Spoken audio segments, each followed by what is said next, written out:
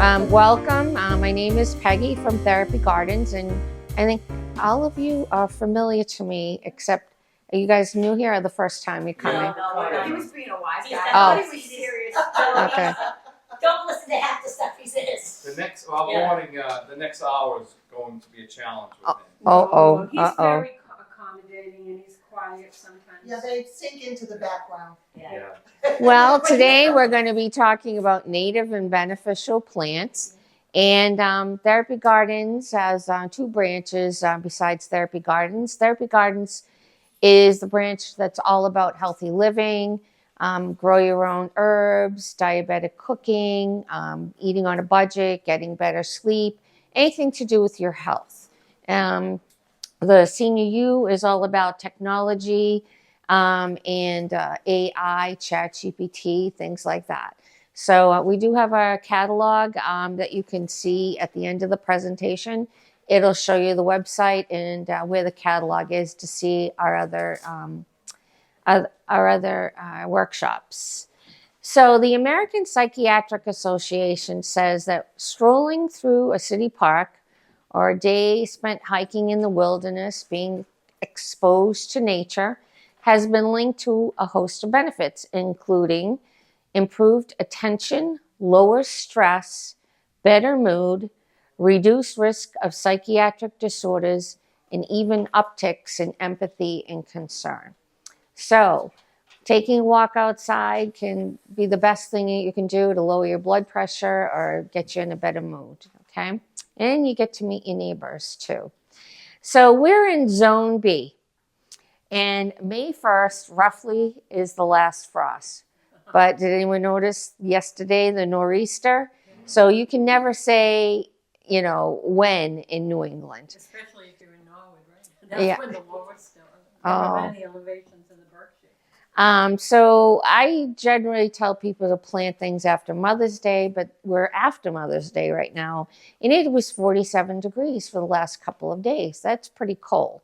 So I've already planted some things and I'm just praying that they're going to last, okay? And October 11th is roughly the first frost, but I don't know about you. The apple picking usually starts after the first frost. And generally it's been in September, right? Yeah. And my grandkids complain it's too hot for them to go apple picking. And so you have to stick your head out the door and see what the weather is, okay?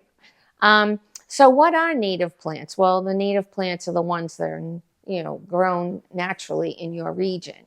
And there's a number of them. And they support the native wildlife and they make their own ecosystems, okay? So you don't want to disturb them if you can. So some truisms, native plants are usually best when you're planting in New England.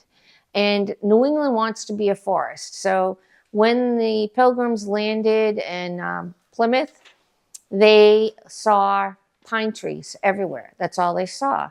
And when they cleared them for, heat or for building, that's when you got the fall foliage. There was no fall foliage ever during the Pilgrims' time.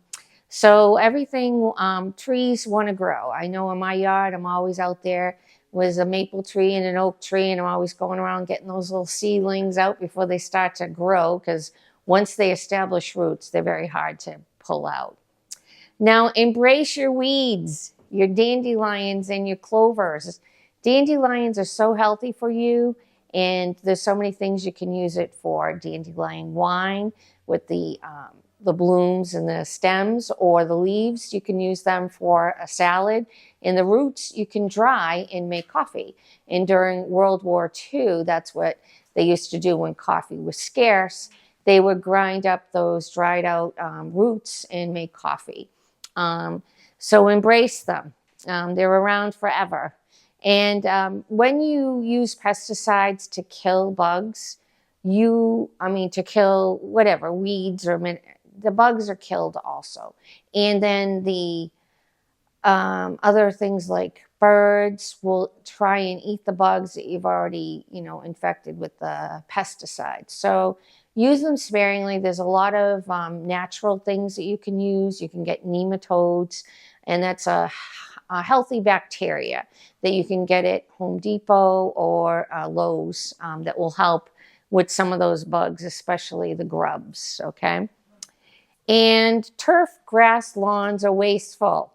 Why? Because they're not native to New England or to the United States, okay? Yeah, 1/5 of Massachusetts is covered in turf grass, making it the largest irrigated crop in Massachusetts. It takes up your money, your time, your water, your fertilizers, your pesticides, and they're not native to North America. They are actually native to England and France. If you see those pictures of those rolling estates with those beautiful lawns, they have a more temperate climate, so their grass survives all year long. Massachusetts only has maybe 6 months where the grass will actually grow, and then you're just keeping it on life support because what happens during the winter months? It dies down. All those grubs like to eat the roots, you know. So they want to go dormant in the summer, all right, and especially in our climate, which is very volatile, one extreme to the other. So what you want to do when you're planting is keep in mind those pollinators. Pollinators are so important to everything. If cucumbers don't get pollinated, then they don't produce fruit. Chocolate is going to be a very scarce commodity because there's not enough pollinators to pollinate those trees to produce the fruit. In China, they actually have people with Q-tips pollinating the tomato plants so that they go from one to the other so that they can have fruit. So it's very important to plant things that support your pollinators. And your pollinators are bees, butterflies, hummingbirds, anything that goes from flower to flower can gather pollen on their bodies and transfer to another plant, okay? And also too, it's the nectar inside that is the food to keep these bugs alive, okay? Now, native plants in Massachusetts, that is a New England aster. It's absolutely beautiful. And it's uniquely adapted to our climate. My mother has a lot of the blue ones, which I'm going to show next to you. So that's the New England aster, and it has a beautiful color, and the yellow center attracts the pollinators. Very easy to grow. It comes back every year. It's a perennial. It's self-seeding. And this is the cardinal flower, another native plant that red attracts the hummingbirds so that they get in there and get the nectar. And then something called switchgrass, which I don't think I know anybody that has switchgrass growing. Maybe in fields and out in the woods. But that is also native, and I'm sure that's what they use to make hay for the cows and the horses make up. Now, wild strawberries, aren't they so pretty? And they look so delicious, and they are so sweet. And they grow wild everywhere. I have them growing all in my garden, and me and the bunnies and the grubs all have to fight each other. So you put the tray of beer out for the grubs, and you put a cover over them to keep the birds away. So, and I don't know what it is about those grubs. They know when my strawberries are ready way before I do. Yeah. Mm-hmm. Do the grubs come up the stems to keep them? Yeah. Yeah. Well, especially if it's laying on the ground. The fruit's laying on the ground. Yeah. Mm-hmm. When they're heavy? Yeah. So as you can see, they've been around forever, since the Stone Age. I don't know how they estimated that, but and they tolerate some dry weather. And I just plant it and forget it. What lives lives. What dies dies. That's just my philosophy with my yard. And so you can find them anywhere. And you can, when you find them out in the wild, you can transplant them to your garden. Stories of a true gardener, right? The plants that you transplant to a healthier living. Yes. Funny story about these low bush blueberries up in New Hampshire off of exit 38. Every year we go up to Franconia, and we have time sharing up there, and these blueberries are there, and we pull off the side of the road, we pick them, keep our eyes open for bears all the time, but they're delicious. And I tried to transplant one to my yard, and it didn't survive. Well, that was July, so I would say end of June, beginning of the July. They look like they had been there, and then at the end of the season, they come and mow it all down. But they won't mow during the season, which is very nice. So you'll see lots of people off the side of the road. So I think in my yard, it was too good. The soil was too good. And they don't really like that. They just want side of the road. They're kind of like wild. They just grow wherever, and they don't particularly care for really good soil. So, and you can plant them early in the spring. I think you would have to go online to get some of those seeds. I don't think I've ever seen the low ones in the nurseries. I bought a high one from Lowe's, and it took about 2 years for it to be established, and has the really big fat ones, but they're not as juicy and sweet as these ones here. So you trade off one for the other. They get the bigger blueberry, but you lose out on the flavor. So look for them, during the summer months out in the woods by the side of the road. Okay. Now, the American persimmon tree, I haven't seen one of these in a very, very long time. And I know that they used to grow a lot around this area, but if you notice, there's a lot of stakes here supporting them. So I'm wondering, when they produce the fruit, their limbs get so heavy that they fall. And this isn't very sturdy, this one right here in the beginning. You see how the trunk is very low and very thin? So I think when they produce the fruit, they need a lot of support. Sometimes apples do too. They don't really have a big trunk, Anyone have a persimmon in their yard, or eaten one? A persimmon, little orange fruit. It's very sweet, very delicious. No? So where do you find them mostly? I Uh, haven't seen any even growing. I think in Western Mass you'll see them. Over on the other side. Yes, exactly. Well, they probably have the land too. So this is a grove of them, so they're probably producing them for, to sell or pick your own or something like that. Mm-hmm. It said part of the edible landscaping movement. Mm-hmm. More and more people are starting to transplant their lawns to wildflowers or edibles. Mm-hmm. But I wondered, is there an organization or some name other than just Google? Because I will. You can Google it. Yeah, usually that will get Maybe you the down. horticultural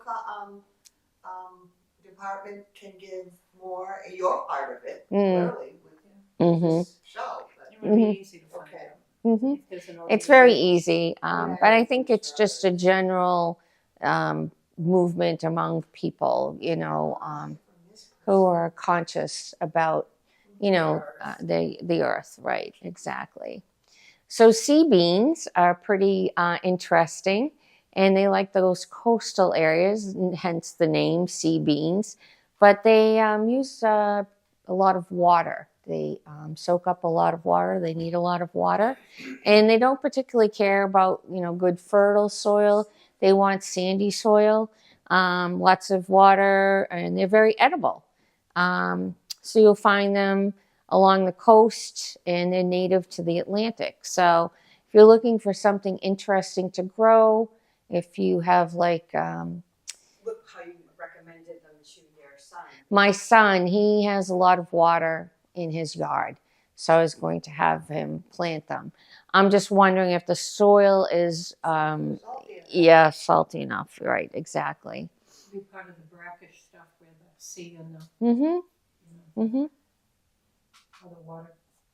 Dandelions, I know. I just gave my little spiel on dandelions.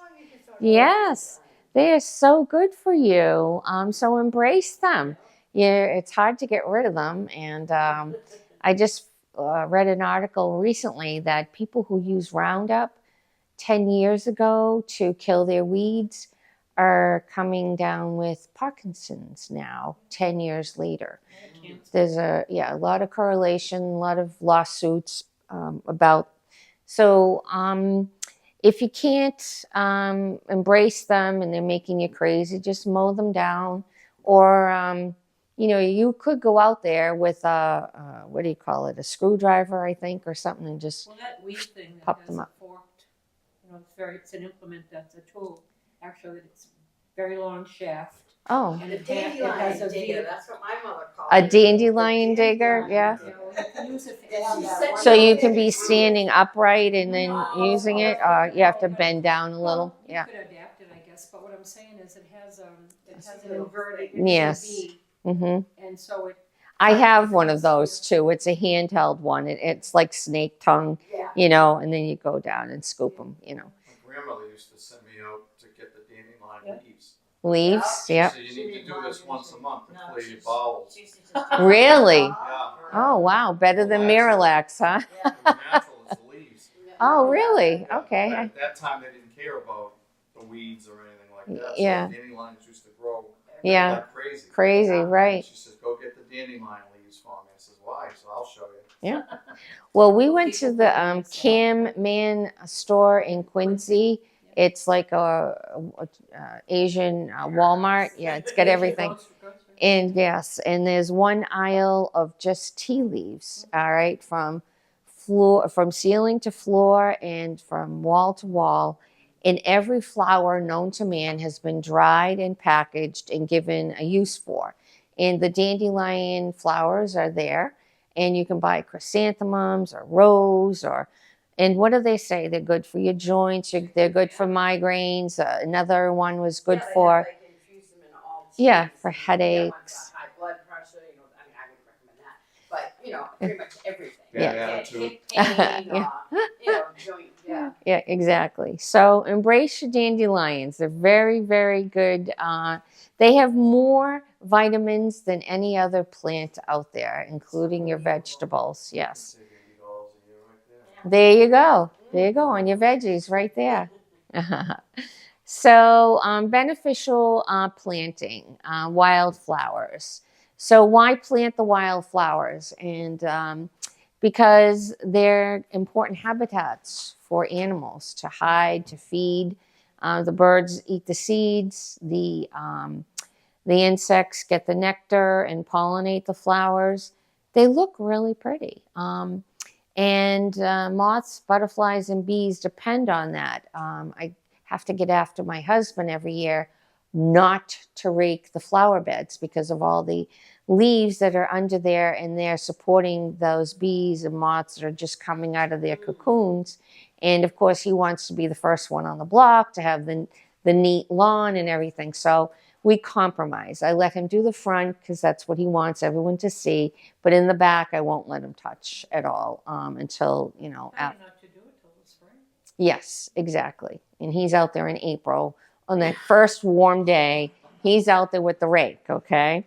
And they don't even collect the leaves at that point. It's so early in the season, So, and I have gone and seen a lot of people in my neighborhood will start a wildflower garden. And they only start with a small section, maybe a little bit bigger, just to see what it's like. Because as good as it is for the environment, you have to look at it too. Some people don't like to see natural chaos because some of them are short, some of them are tall, some of them are blooming, other ones are dying. But the nice thing about the wildflower mix is you have flowers all summer long.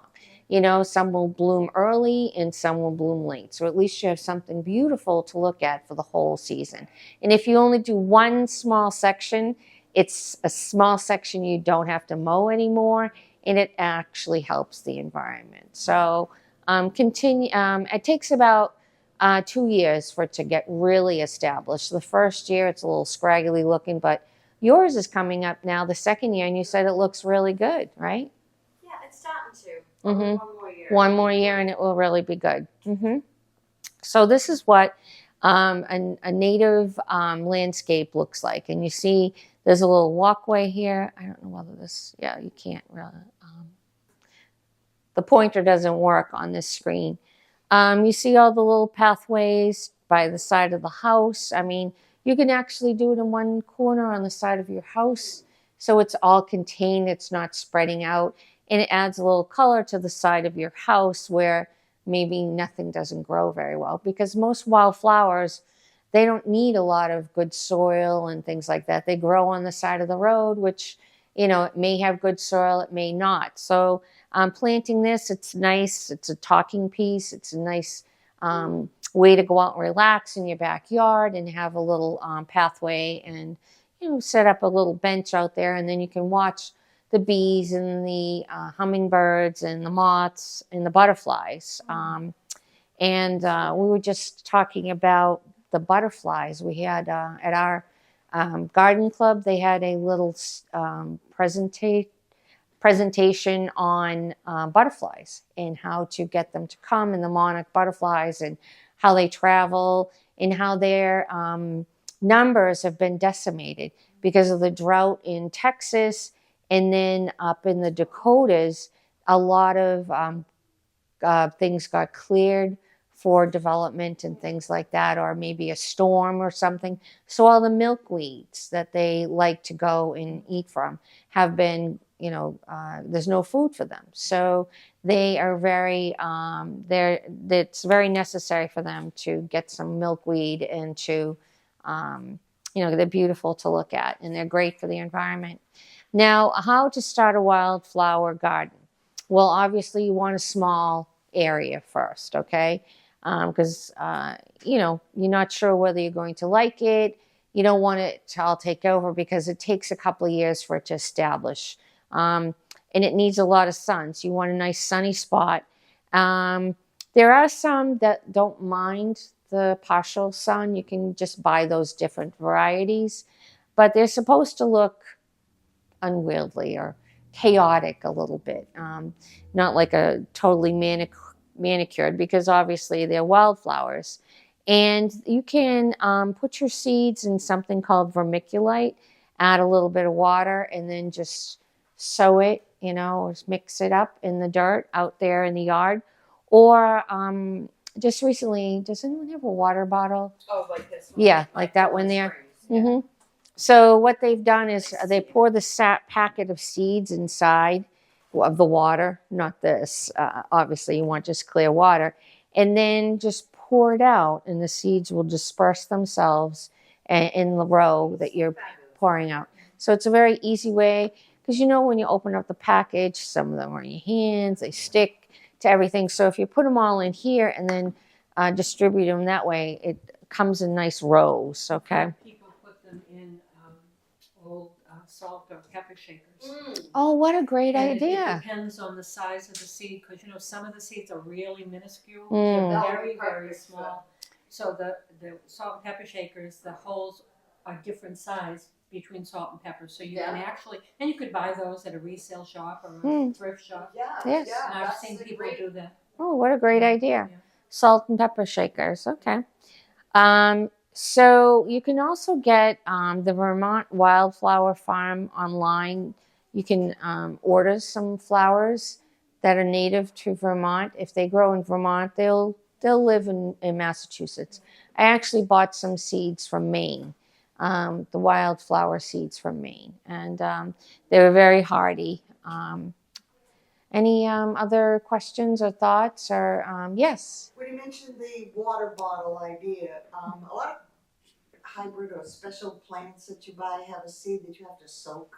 maybe Yes. overnight. That was the main ones. You had to Yeah. soak them and put them in the refrigerator for a couple of days, and then Wildflowers need that, or would Some that of hurt them or do. help them in general, or what do you think? on the directions, it will generally say what they need. The ones from Vermont and Maine, definitely they needed some hardening, or I forget what they call that It when is they. hard. It's hardening. When you put them in the refrigeration. And some of them you need to nick them with a knife But most of the commercial ones, you don't need to do that. I brought some wildflowers today for you to plant.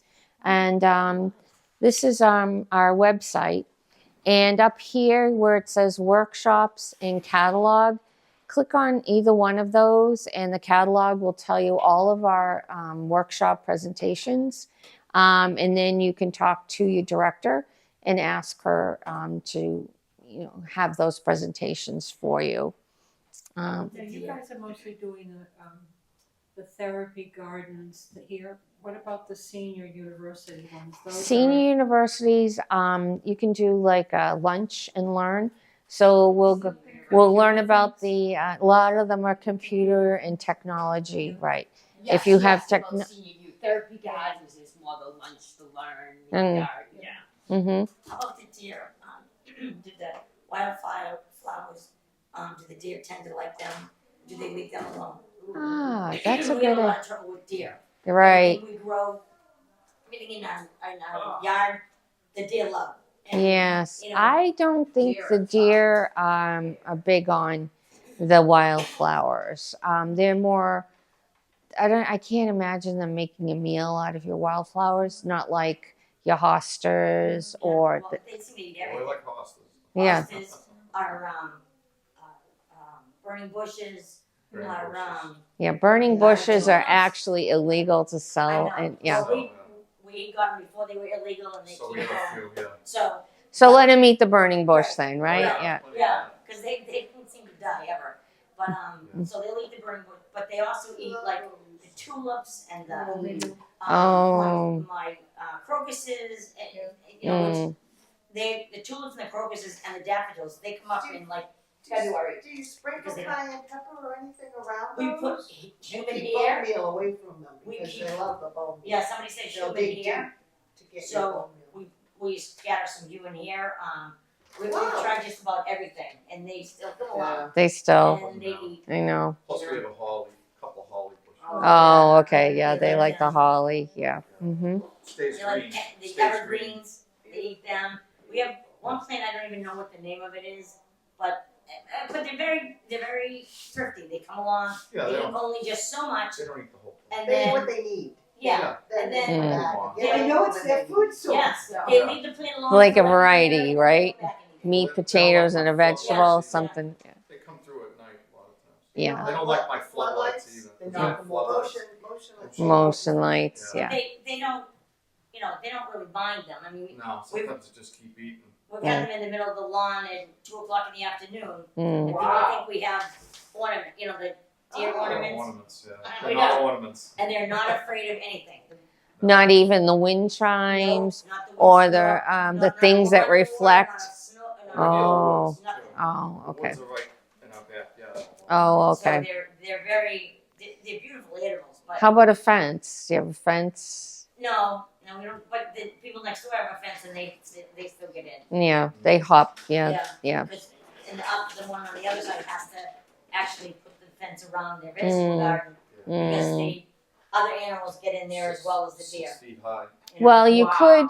Yeah. You could think of your wildflower garden as an appetizer for them. You plant it over there where you don't want them to eat your other ones, We you know? had a hosta plant around our spigot for the well. Hmm. We call it the welcome salad because That's great. they, That's great. it's right as you go into the woods. So they come out and There's an opening there. Yeah, oh, okay. they'll sample it and then they continue on. Yeah. their I don't merry know way. whether lavender. Have you planted any lavender? No.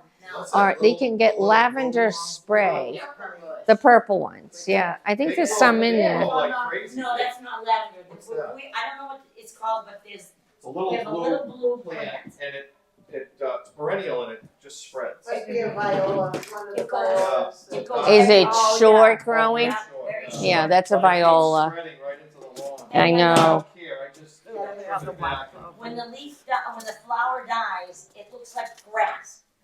Okay. But Oh, this is a small have you plant. tried Flowers. planting any garlic along the perimeter? Oh, yeah. That's Garlic is, see, I think that's why I have garlic and onions along the side of my fence Oh, growing. growing. Yes. So they don't And like that? And chives. are Yes. also, Of the onion. in our yum, that beautiful all flowers. Right. It's all part of These are that. the seeds of my garlic plant, and they look almost like garlic cloves. They smell like garlic, and you can actually eat them. So, and what I do is I save all of my empty white. Perennial? Oh yeah, they come back year after Excellent. I year. love garlic. Yeah. All right. So here, what I can do is give you some in a bag or in an envelope. Oh, do you want to grow some in your plants? Yeah, I'd love to. Okay. Great. So I That'd just be Googled wonderful. what to plant to resist deer, and there's They tons do of look like sites. little There's pieces 30 Yeah. of garlic. Oh, that's the 33 plant, plants, okay. 33 plants from this article from Country living. Country Yeah. Living, and for you, I Googled What is edible it? landscaping movement Oh. and edible landscaping movement, and there are all kinds of links to articles.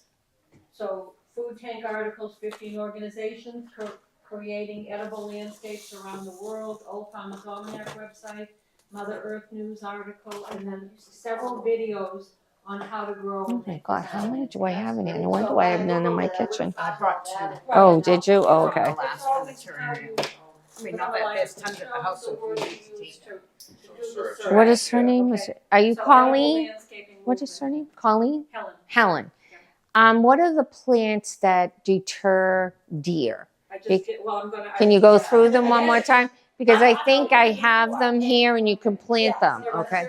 There are 38. No, when I Googled it and I looked at the list, what the deer eat, we had I think we had every plant except two. Except two, yeah. Rhododendrons. I have, It's like, You're in an uphill yeah, so battle. I'm like, They've been leaving the rhododendrons alone. So Yeah. it only Oh, wow. deters Well, they're some. not full. well, they're blooming, right? I have, mine are blooming right now. I have the little smaller rhododendron. The bigger ones haven't bloomed yet. yeah. So maybe that's Yeah, the they are difference. slow Yeah, right now. yeah, exactly. They're just forming their buds right Oh, now. yes. So what are the names of the Because plants? they're telling me a lot of things first about repellents. Yeah, Oh, yeah. Whatever, because it's You want me just. And you know what? Those repellents work great. You planted garlic? Yeah. Oh, sure. Yeah, if you can, thanks. yeah. Those repellents work great until the first rain, and then it all washes away. Right. So you need something permanent, and that a plant would be the best thing. And they come back every year. And if you want to go out and just dig them up and use them to eat, each one of those, the onion and the garlic and the chives, form this little ball. It almost looks Yeah. like a dandelion ball. And those seeds, you want to grab them before they dry and scatter. And then you can plant them where you want them, or you can just save them like me. Yeah. I used 'Cause, to have the chives in our vegetable garden, Mm. and but we were told to plant not dandelions, marigolds. Oh, marigolds, along yes. along the edge because the animals don't like. Rabbits don't like those, Yeah. I know. And Yeah. they're really good to plant around. And what's the other one? Yeah. Nasturtium is another one. Okay, so I'm going to answer your question. So Okay. there are 3 categories: hardy shrubs, pretty perennials, and easy annuals.